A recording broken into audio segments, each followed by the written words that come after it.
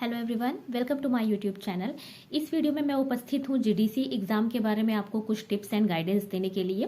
तो जैसा कि आप भी जानते होंगे कि जो न्यू कैलेंडर आया है यूपीपीएससी का, उसमें आपने देखा होगा कि 15 मार्च को जीडीसी का एग्ज़ाम अभी प्रस्तावित है।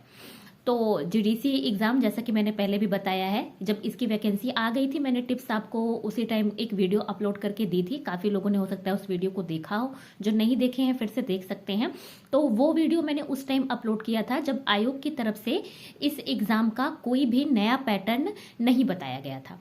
लेकिन अभी एक नया पैटर्न आ चुका है जिसको आयोग ने एडवर्टाइजमेंट निकालने के कुछ महीने बाद ही, 1 महीने बाद ही शायद आपको दे दिया था, और उसी के साथ आयोग ने आपको सिलेबस के विषय में भी पहले ही बता दिया है। तो इसमें हम नए पैटर्न की बिल्कुल बात करेंगे और मैं यहाँ पे फिर से आपको शुरू से एक बार सारी डिटेल्स अच्छे से बता देती हूँ। शुरू करते हैं। ये वैकेंसी, जैसा कि आप जानते हैं, Uttar Pradesh public service commission से जो गवर्नमेंट डिग्री कॉलेजेस होते हैं उनके लिए असिस्टेंट प्रोफेसर की जो वैकेंसी आती है उसी के विषय में मैं आपसे बात कर रही हूँ, क्योंकि अभी लास्ट जो हुआ था उसी में मैंने क्लियर किया था और अभी मैं पोस्टेड हूँ एक गवर्नमेंट डिग्री कॉलेज में ही। तो मैंने सोशियोलॉजी सब्जेक्ट से उस एग्जाम को क्लियर किया है और मैं सोशियोलॉजी सब्जेक्ट की ही असिस्टेंट प्रोफेसर हूँ। और अभी जो हम बताने जा रहे हैं इसमें जब मैं विषय की बात करूंगी तो मैं सोशियोलॉजी वालों को ही गाइडेंस दे पाऊंगी, लेकिन आपने जब पेपर का पैटर्न देखा होगा तो आपको पता चल गया होगा कि इसमें एक तो आपके उस सब्जेक्ट स्पेसिफिक से क्वेश्चन आते हैं जिससे आपने अप्लाई किया है, दूसरा इसमें जीएस से भी क्वेश्चन आते हैं, जनरल स्टडीज के भी क्वेश्चन इस एग्जाम में आते हैं। तो नए पैटर्न के अनुसार अब टोटल 120 क्वेश्चन हो चुके हैं। 120 में से 90 क्वेश्चन आपके सब्जेक्ट के रहेंगे और 30 क्वेश्चन आपके जीएस के रहेंगे। मैंने जो पुराना वीडियो अपलोड किया है उसमें मैंने आपको ये बताया है, क्योंकि पुराने वीडियो में क्या था कि 150 क्वेश्चन है, क्योंकि मैंने जो एग्जाम दिया था उसमें पैटर्न ये था कि टोटल 150 क्वेश्चन रहते थे। तो कोई भी कंफ्यूजन ना रखते हुए आप ये ध्यान रखिएगा कि वो वीडियो उस समय का है जब आयोग ने नया अपना जो भी पैटर्न है वो नहीं बताया था। अभी फिलहाल में आयोग का पैटर्न क्लियर है, वो है कि 120 क्वेश्चन में से 90 क्वेश्चन जो आएंगे वो आपके सब्जेक्ट के आएंगे और 30 क्वेश्चन जो आएंगे वो जीएस के आएंगे। और आप सभी ने सिलेबस तो देख ही लिया होगा, पहले मैं जीएस की ही बात करती हूँ। तो जीएस के क्वेश्चन, जैसे मैंने बताया कि आपके सभी जो भी जितने भी अलग अलग सब्जेक्ट से लोग एग्जाम देंगे, लेकिन जीएस वाले क्वेश्चन सभी सब्जेक्ट में सेम रहेंगे और बाकी 90 क्वेश्चन जो होंगे वो आपके सब्जेक्ट स्पेसिफिक होंगे, क्योंकि एग्जाम सभी का एक ही दिन होता है और वो जो 30 क्वेश्चन होते हैं वो सभी के सेम रहते हैं। तो जो जीएस का सिलेबस है वो आपने देखा होगा। सिलेबस में एक बार आपको ऊपर से बता देती हूँ मोटा मोटा कि सिलेबस है क्या। सिलेबस में सारी चीजें हैं। जब भी आप कोई भी लोक सेवा आयोग यानी Uttar Pradesh public service commission का आप जो भी एग्जाम देखेंगे उसमें जैसे जीएस का पेपर होता है सेम वैसे ही 30 क्वेश्चन इसमें भी रहेंगे। पहली चीज है इसमें करंट अफेयर्स, तो आपको जो भी करंट इवेंट्स हो रहे हैं उनके बारे में जानकारी होनी चाहिए, यहाँ से क्वेश्चन आते हैं। दूसरा है कि जिस तरह से कि हिस्ट्री, आपको जो भी जो है भारत का इतिहास रहा है, उसके अलावा ज्योग्राफी भारत की जो है, उसके अलावा कॉन्स्टिट्यूशन मतलब ये संविधान वाला जो पार्ट है ये पॉलिटी से रिलेटेड है, इसमें संविधान वाले पार्ट से ही क्वेश्चन इसमें आते हैं। और उसके अलावा मैथ से भी क्वेश्चन आते हैं और रीजनिंग भी आता है, और रीजनिंग के साथ ही एक चीज स्टैटिस्टिक भी दी है, यानी सांख्यिकी में ऊपर से कुछ मीन मीडियन मोड निकालना, इस तरह की चीजें आप थोड़ी बहुत सीख लीजिएगा, इसमें से क्वेश्चन आ सकते हैं। तो ये है जीएस। अब जीएस की प्रिपरेशन मैंने कैसे की थी तो ये मैंने पिछले वीडियो में ही बताया है कि उस वक्त मैं बाकी सारे कंपटीशन भी जो है दे रही थी, इसलिए मैं जीएस पढ़ती रहती थी। तो जैसे एनसीईआरटीज हो गई, और कुछ नहीं तो एक जो लूसेंट की जनरल स्टडीज वाली बुक आती है वो हो गई, वो सब मेरी पहले से पढ़ी हुई थी। और मैं करंट अफेयर्स भी उस समय बहुत अच्छे से पढ़ती रहती थी। तो आप अपने हिसाब से सोर्स देख सकते हैं कि आपको क्या ठीक लगता है, लेकिन सबसे अच्छा तरीका यही है कि आप Uttar Pradesh public service commission द्वारा जितने भी एग्जाम कंडक्ट कराए जाते हैं उसमें जो जीएस के पेपर आते हैं आप एक बार उन पेपर को ध्यान से देख लीजिए। जैसे कि इसके पहले जो जीआईसी का एग्जाम हुआ होगा उसमें किस तरह से जीएस के क्वेश्चन पूछे गए थे। इसके अलावा जैसे कि यूपी पीसीएस का भी जो एग्जाम होता है वो भी आप देख लीजिए, उसका लेवल थोड़ा हाई होता है, लेकिन एक पैटर्न के बारे में आपको जानकारी हो जाएगी कि किस तरीके के क्वेश्चन पूछे जा सकते हैं।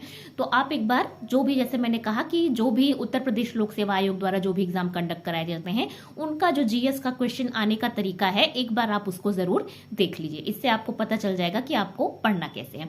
बाकी आप अभी आपके पास टाइम भी कम बचा है तो आप या तो एनसीईआरटीज पढ़ सकते हैं, या सबसे अच्छा तरीका है लूसेंट पढ़ लीजिए। करंट अफेयर्स आप जरूर पढ़ लीजिएगा, क्योंकि करंट अफेयर्स के क्वेश्चन उतने डीप नहीं होते हैं। तो आप अगर जानकारी रखते हैं तो आप वो क्वेश्चन को सॉल्व कर सकते हैं, इसलिए कि अच्छा तरीका है कि करंट अफेयर्स आप पढ़ लीजिए।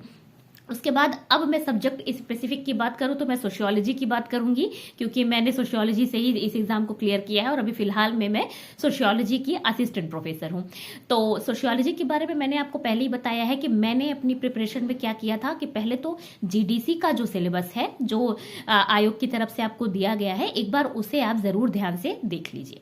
उसे ध्यान से देखना बहुत जरूरी है, क्योंकि जो सिलेबस होता है वही आपका एक पूरी तैयारी का, आपकी पूरी रूपरेखा आपका सिलेबस ही बना देता है। ऐसा नहीं है कि सोशियोलॉजी पढ़ना है तो सारी सोशियोलॉजी पढ़ना है और आप कहीं से भी पढ़ते जाइए, ऐसा बिल्कुल नहीं है। आप सिलेबस पे ध्यान दीजिए तो आपको एक रास्ता मिल जाता है कि क्या मुझे पढ़ना है।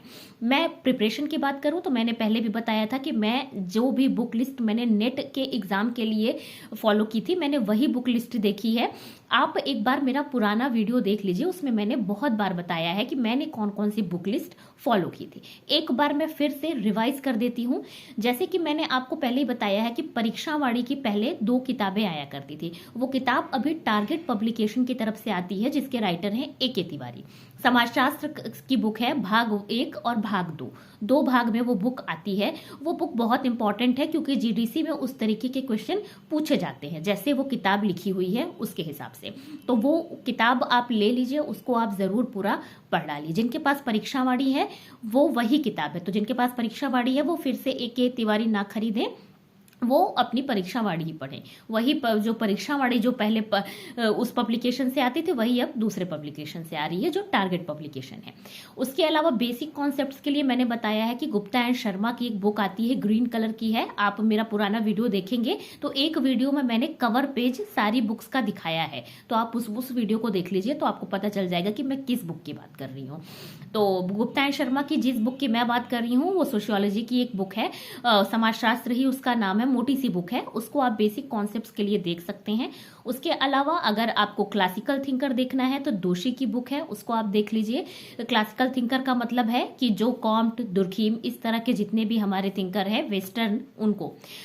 इंडियन थिंकर के बारे में जीडीसी के सिलेबस में तो नहीं है, लेकिन इंडियन थिंकर के बारे में करना क्या है, जैसे जो टॉपिक जो है ऐसे हैं जो इंडियन थिंकर से मैच करते हैं। जैसे कि जीडीसी के सिलेबस में रूरल सोशियोलॉजी है, तो रूरल सोशियोलॉजी मेंशन करने का मतलब है कि इसमें अपने आप से कुछ थिंकर आ जाएंगे, जैसे ए.आर. देसाई अपने आप से उसमें आ जाएंगे, एस.सी. दुबे अपने आप से उसमें आ जाएंगे। तो यानी आप टॉपिक देख लीजिए, उस टॉपिक से संबंधित फिर जो विचारक हैं उनके बारे में आप पढ़ लीजिए। तो इंडियन थिंकर वैसे आपको बहुत नहीं पढ़ना है। उसके अलावा लेकिन मैंने पढ़ा था, मैं अपने बारे में बता दूं तो मैंने नेट एग्जाम के लिए पढ़ा था, इसलिए मैंने रिवाइज उसे कर लिया था। लेकिन अगर आपके पास टाइम कम है तो आप इस तरीके से पढ़ सकते हैं।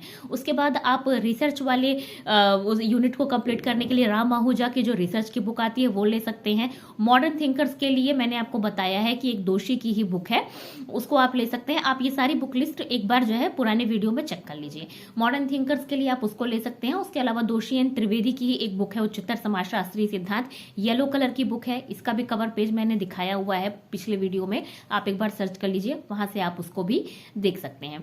तो ये कुछ बेसिक बुक्स हैं जो आपको पढ़नी ही पढ़नी है। इतनी किताबें तो आपको पढ़नी ही पड़ेंगी। सबसे इंपॉर्टेंट जिसपे मैं हर बार जोर देती हूँ, चाहे वो नेट एग्जाम के लिए हो, चाहे जीडीसी के लिए, मैंने जो अपना पुराना वीडियो बनाया है उसमें भी मैंने जोर दिया है, सबसे ज्यादा जरूरी चीज है प्रैक्टिस करना और क्वेश्चन पेपर सॉल्व करना। क्वेश्चन पेपर आपको सॉल्व करना मैं सिर्फ प्रैक्टिस के लिए नहीं बता रही हूँ, क्योंकि मैं ये बहुत क्लियरली आपको बता दे रही हूँ कि क्वेश्चन रिपीट होते हैं। और सबसे ज्यादा जरूरी है कि आप पहले यूपी से शुरू कीजिए। यूपी में जितने भी असिस्टेंट प्रोफेसर या फिर लेक्चरर के जितने भी एग्जाम अभी तक कंडक्ट कराए गए हैं, आप सबके प्रीवियस ईयर के क्वेश्चन पेपर कहीं से भी कलेक्ट कर लीजिए। उसकी अलग अलग बुक्स भी आती हैं, जो लोग कंपटीशन देते रहते हैं उन्हें पता है कि सारे क्वेश्चन पेपर्स का एक जो वो लोग कलेक्ट करके उसका एक संकलन बुक के फॉर्म में निकाल देते हैं। तो आपको पता होगा पीजीटी की जैसे अलग से आती है, उसके बाद जो हमारे हायर एजुकेशन सर्विस कमीशन की तरफ से जो एग्जाम होते हैं उसकी भी एक अलग बुक आती है। तो आप देख लीजिए हायर वाले जो पेपर होते हैं, पीजीटी वाले जो पेपर होते हैं, उसके अलावा जीआईसी के जो एग्जाम है, इस तरह के जितने भी लेक्चरर और असिस्टेंट प्रोफेसर के एग्जाम है सभी के पेपर आप कलेक्ट कर लीजिए और आप सभी को सॉल्व कीजिए। जीडीसी के तो आपको सॉल्व करना ही है, तो यूपी से स्टार्ट कीजिए। उसके अलावा अदर स्टेट में भी होते हैं, जैसे अदर हरियाणा वगैरह है वहां पे भी जीडीसी होता है, पीजीटी होता है, बिहार है वहां पे भी असिस्टेंट प्रोफेसर के एग्जाम होते रहते हैं, एमपी है वहां भी होता है। तो इन सारे स्टेट का आप कलेक्ट कर लीजिए, क्योंकि